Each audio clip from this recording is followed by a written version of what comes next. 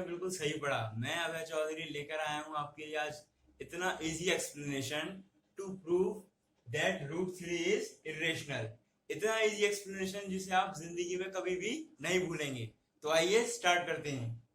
तो दोस्तों, इसको स्टार्ट करने से पहले कुछ चीजें हमें जाननी पड़ेंगी। सबसे पहले हमें तो ये पता होना चाहिए कि बेसिकली इरेशनल नंबर्स क्या होते हैं। तो इरेशनल नंबर्स ऐसे नंबर्स होते हैं जिनको हम p अपॉन क्यू की फॉर्म में नहीं लिख सकते, या फिर आप उस तरीके से कह सकते हैं जो कि non terminating and non repeating होते हैं। आपने अपनी प्रीवियस क्लासेस में पढ़ा होगा कि कुछ इरेशनल नंबर्स के बारे में, जैसे कि √2, √3, पाई और 0.12, 1 2 3 4 5 एंड सो ऑन। ये कुछ एग्जांपल्स हैं हमारे इरेशनल नंबर्स के। तो दोस्तों, आज हम उसी एक इरेशनल नंबर के बारे में बात करने वाले हैं। हम जिसके बारे में बात करने वाले हैं वो है √3। कुछ इस टाइप के क्वेश्चंस, ये मैंने एक एग्जांपल लिया है। बेसिकली √2, √5 सबके जो प्रूफ है वो कुछ इसी तरीके से होते हैं। तो दोस्तों, मैंने यहाँ पर क्वेश्चन लिया है to prove that √3 is irrational. हमें ये प्रूफ करना है कि ये जो नंबर है √3 वो क्या है, एक इरेशनल नंबर है। तो देखिए कैसे प्रूफ करेंगे, बहुत ही आसान तरीका। आइए जानते हैं। तो सबसे पहले हम जानते हैं कि इरेशनल नंबर्स ऐसे नंबर्स होते हैं जिनको हम p अपॉन q की फॉर्म में नहीं लिख सकते। और इसका अगर रिवर्स करें आप, तो आप जानते हैं कि रेशनल नंबर्स जो होते हैं, रेशनल, वो होते हैं ऐसे नंबर्स जिनको हम p अपॉन q की फॉर्म में लिख सकते हैं। तो इस नंबर को प्रूफ करने के लिए कि ये रेशनल है, हमें ये अज्यूम करना होगा कि मान लीजिए ये नंबर क्या है, इरेशनल नहीं है, जबकि ये क्या है, एक रेशनल नंबर है। तो हम क्या लिखेंगे यहाँ पर, let √3 be a rational number. मान लेते हैं कि √3 एक रेशनल नंबर है।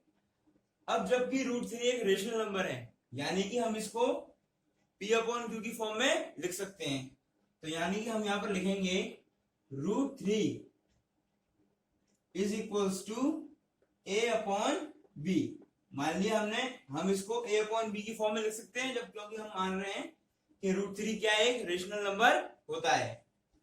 तो हमने यहां पर लिख दिया √3 is equals to a upon b, where, इसके प्रूफ के लिए हमें ये मानना पड़ेगा, where a and b are co-prime। a and b are co-prime, यानी कि हमने ये मान लिया है कि जो a अपॉन b है वो नंबर कैसे हैं, को-प्राइम। को-प्राइम नंबर्स क्या होते हैं, ऐसे नंबर्स जिनमें की जो HCF होता है, हाईएस्ट कॉमन फैक्टर जो उनका होता है वो होता है केवल और केवल 1।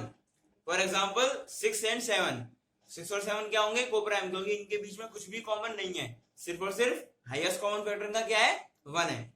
तो उसी तरीके से हमने मान लिया कि √3 is equal to a upon b, जहां पर कि a और b क्या है, को-प्राइम नंबर्स हैं। अब आगे क्या करेंगे, हमारे पास एक क्वेश्चन आ गई √3 is equal to a upon b। अब हम इस इक्वेशन को दोनों साइड स्क्वायर करेंगे। तो हम यहां पे लिखेंगे ऑन स्क्वायरिंग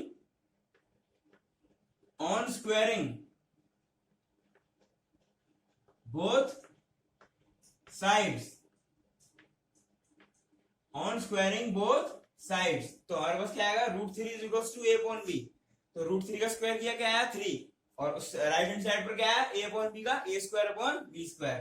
तो ये कुछ इस तरीके से दिखेगा, 3 is equal to a square upon b square. Okay, अब हम क्या करेंगे, इस b स्क्वायर से मल्टीप्लाई करेंगे 3 को, मींस इसको ट्रांसफर करेंगे इस साइड। तो ये कुछ इस तरीके से दिखेगा आपको, 3b square is equal to a square.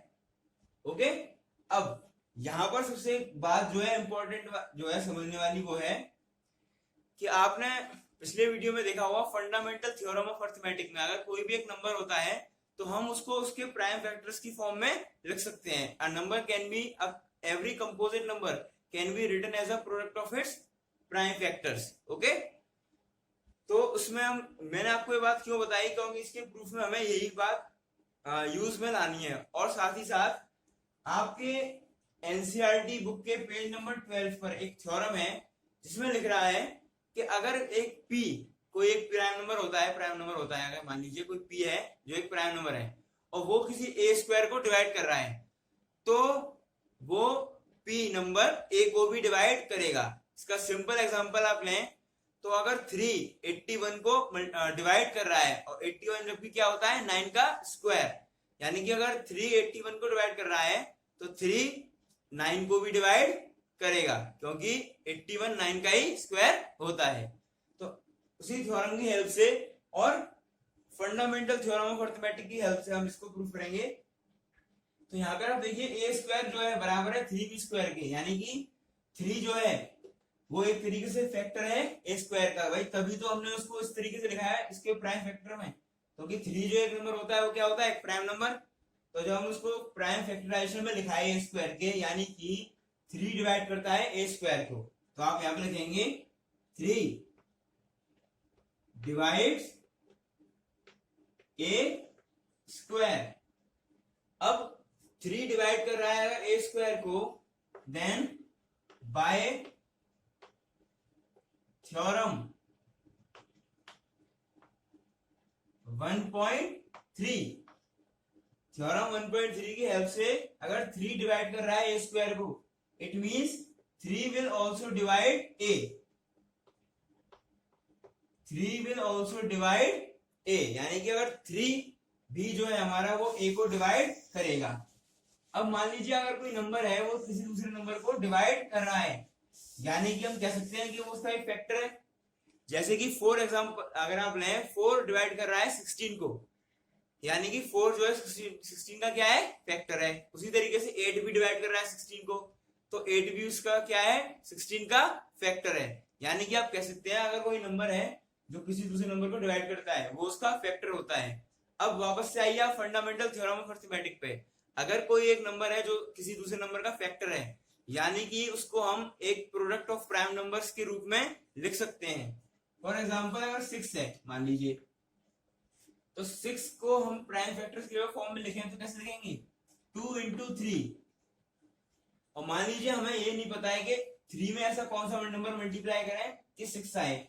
मान लीजिए हमने अज्यूम कर लिया a, यानी कि हमने 6 को अगर लिखा है इस तरीके से 6 is equals to 3a, यानी कि 3 जो है वो डिवाइड कर रहा है 6 को, साथ ही साथ a भी डिवाइड कर रहा है 6 को। इट मींस कि हम एक कोई भी इंटीजर मान सकते हैं यहाँ पर 6 के लिए जो कि 3 से मल्टीप्लाई होकर उसको डिवाइड करेगा, यानी कि उसके फैक्टर्स के रूप में हम उसको लिखेंगे। ओके, तो अब वापस से आते हैं अपने क्वेश्चन की ओर। हमारे पास आया था कि 3 डिवाइड करता है ए स्क्वायर को, अगर 3 डिवाइड कर रहा है ए स्क्वायर को, इट मींस 3 डिवाइड करेगा ए को भी, यानी कि जो ए है आप देखिए यहां पर हमारा लिखा हुआ है 3 is equals to 3 divides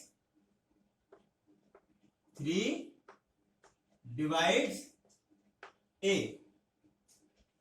अब जबकि 3 डिवाइड कर रहा है a को, यानी कि जो a है उसका एक फैक्टर है 3, राइट, यानी कि a को 3 के फैक्टर्स की फॉर्म में लिखा जा सकता है। तो मान लीजिए हमने उसको लिखा a is equals to 3c, where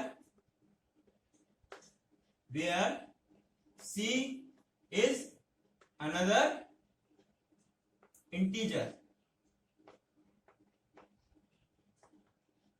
आपने फंडामेंटल थ्योरम ऑफ अरिथमेटिक में पढ़ा था कि किसी दूसरे एक नंबर को अगर हम उसको एक कंपोजिट नंबर को अगर लिख रहे हैं हम उसके फैक्टर्स की फॉर्म में, यानी कि उसको कुछ हम इस तरीके से लिखेंगे a is equals to 3c होता है। ओके, जहां पर कि c क्या है एक दूसरा इंटीजर है। अब क्योंकि 3 डिवाइड कर रहा है a को, यानी कि 3 एक फैक्टर है a का, और यानी कि 3 जो a नंबर है a उसको हम फैक्टर्स की फॉर्म में लिख सकते हैं।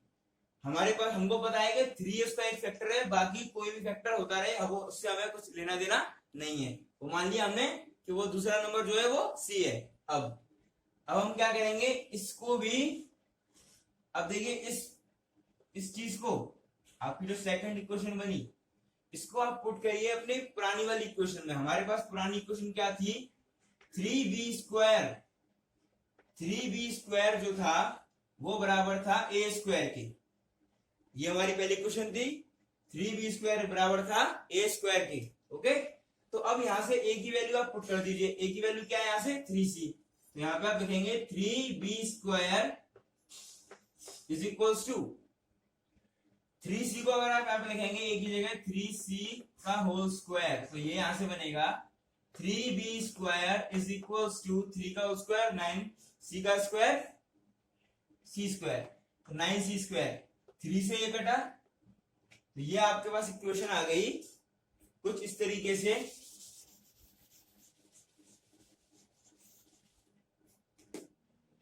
कुछ इस तरीके से कि b² इज इक्वल्स टू क्या आ गया 3c²। अब अगेन आप देखेंगे b² को अगर हम लिख रहे हैं इस तरीके की फॉर्म में 3c², यानी कि 3 डिवाइड कर रहा है b को, 3 divides b², then by theorem 1.3 3 will also divide b, means 3 will also divide b। यहां करेंगे आप the reason by theorem 1.3। अब आप यहां पर नोटिस कीजिएगा कि जो 3 है वो डिवाइड कर रहा है b को भी और 3 डिवाइड कर रहा है a को भी, लेकिन स्टार्टिंग में हमने एक अजम्पशन लिया था कि √3 अगर बराबर है a/b के, तो a और b क्या होने चाहिए, कोप्राइम होने चाहिए। और कोप्राइम यानी कि ऐसे नंबर्स जिनके बीच में कोई भी कॉमन फैक्टर ना हो, जबकि यहां पर हम देख रहे हैं कि दोनों में ही a का भी फैक्टर 3 आ रहा है और b का फैक्टर भी 3 आ रहा है, यानी कि a और b कोप्राइम नहीं है। यानी कि जो हमने अजम्पशन लिया है वो क्या हो गया, रॉन्ग हो गया। और वो अजम्पशन रॉन्ग क्यों हुआ, क्योंकि हमने स्टार्टिंग में जो बात मानी थी कि √3 जो है हमारा रेशनल नंबर है, वो अजम्पशन ही गलत था। ये हमारा कॉन्ट्रडिक्शन आया है फैक्ट में। वो क्यों आया है, क्योंकि जो स्टार्टिंग में हमारा अजम्पशन था कि √3 रेशनल है वो ही रॉन्ग था। यानी कि अब यहाँ पे लास्ट में लाइन लिखेंगे कि दिस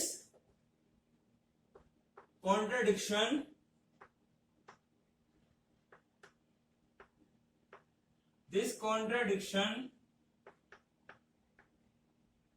has arisen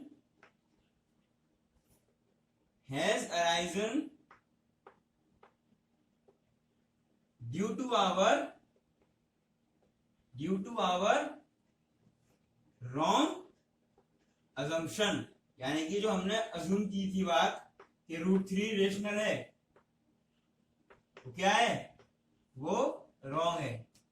अगर वो रॉन्ग है इसका मतलब कि √3 अगर रेशनल नंबर नहीं हो सकता है तो क्या होगा, इरेशनल नंबर होगा। हेंस आप यहां पे लिखेंगे हेंस √3 इज इरेशनल।